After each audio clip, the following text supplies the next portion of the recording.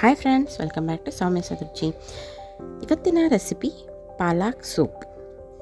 ಪಾಲಕ್ soup ಈ ಚುಮು ಚಳಿಗೆ ಬಿಸಿ ಬಿಸಿ ಪಾಲಕ್ ಸೂಪ್ ಕುಡಿತಾ ಇದ್ದರೆ ತುಂಬಾ ಟೇಸ್ಟಿಯಾಗಿರುತ್ತೆ, ಹಾಗೆ ತುಂಬಾ ಹೆಲ್ದಿ ಆಲ್ಸೋ. ಸೊ ಈ ರೆಸಿಪಿನ ಹೇಗೆ ಮಾಡೋದು ಅಂತ ನೋಡ್ಕೊಳ್ಳೋಕೆ ಮುಂಚೆ ಇದರಲ್ಲಿರೋ ಹೆಲ್ತ್ ಬೆನಿಫಿಟ್ಸ್ನ ನಾವು ತಿಳ್ಕೊಳ್ಳೋಣ.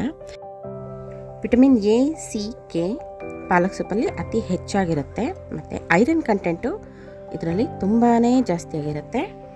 ಸೊ ಪಾಲಕ್ ಸೊಪ್ಪು ಹೃದಯದ ಆರೋಗ್ಯಕ್ಕೆ ತುಂಬಾ ಉಪಯೋಗಕಾರಿ, ಹಾಗೆ ರಕ್ತದೊತ್ತಡಕ್ಕೆ, ಡಯಾಬಿಟಿಸ್ ಇರೋರಿಗೆ ಮತ್ತು ತೂಕ ಇಳಿಸ್ಕೊಳ್ಳೋರಿಗೆ ಕೂಡ ಪಾಲಕ್ ಸೊಪ್ಪು ತುಂಬಾ ವಿಶೇಷವಾದಂಥ ಪಾತ್ರ ವಹಿಸುತ್ತೆ.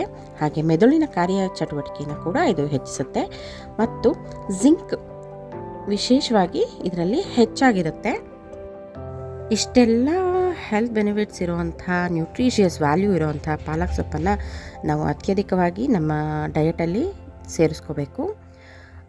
ಹಾಗೆ ಇದನ್ನು ಹೇಗೆ ಮಾಡೋದು ಅಂತಂದರೆ, ಮೊದಲು ಫಸ್ಟು ಇದನ್ನು ಸ್ವಲ್ಪ 2 ಟೇಬಲ್ ಸ್ಪೂನ್ ತುಪ್ಪ ಹಾಕ್ಕೊಂಡು ಅದಕ್ಕೆ 1 ಇಂಚು ಶುಂಠಿನ ಕಟ್ ಮಾಡಿ ಹಾಕ್ಕೊಂಡಿದ್ದೀನಿ ನಾನು, ಮತ್ತು 3 ಎಸಳು ಬೆಳ್ಳುಳ್ಳಿನ ಕಟ್ ಮಾಡಿ ಹಾಕ್ಕೊಂಡಿದ್ದೀನಿ.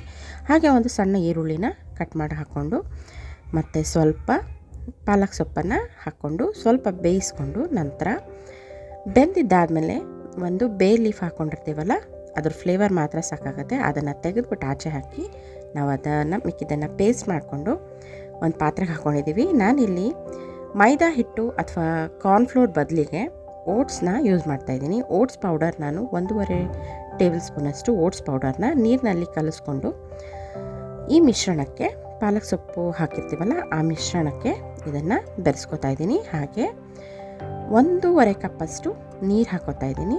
ನೆಕ್ಸ್ಟು ಇದಕ್ಕೆ 1.25 ಕಪ್ಪಷ್ಟು ಹಾಲನ್ನು ಬೆರೆಸ್ಕೊತಾ ಇದ್ದೀನಿ. ಇದು ತುಂಬಾ ಕ್ರೀಮಿಯಾಗಿ ತುಂಬಾ ಟೇಸ್ಟಿಯಾಗಿ ಇರುತ್ತೆ. ಹಾಗೆ ಕೊನೆಯಲ್ಲಿ ಉಪ್ಪು ಮತ್ತು ಕಾಳುಮೆಣಸಿನ ಪುಡಿಯನ್ನು ನಾನು ಇದಕ್ಕೆ ಸೇರಿಸ್ಕೊತಾ ಇದ್ದೀನಿ. ಹೆಚ್ಚು ಕುದಿಸ್ದೆ ಇನ್ನು ಸರ್ವ್ ಮಾಡ್ಕೊಳ್ಳೋದಷ್ಟೇ.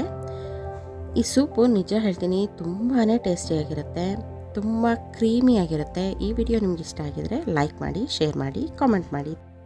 ಬಾಯ್ ಬಾಯ್.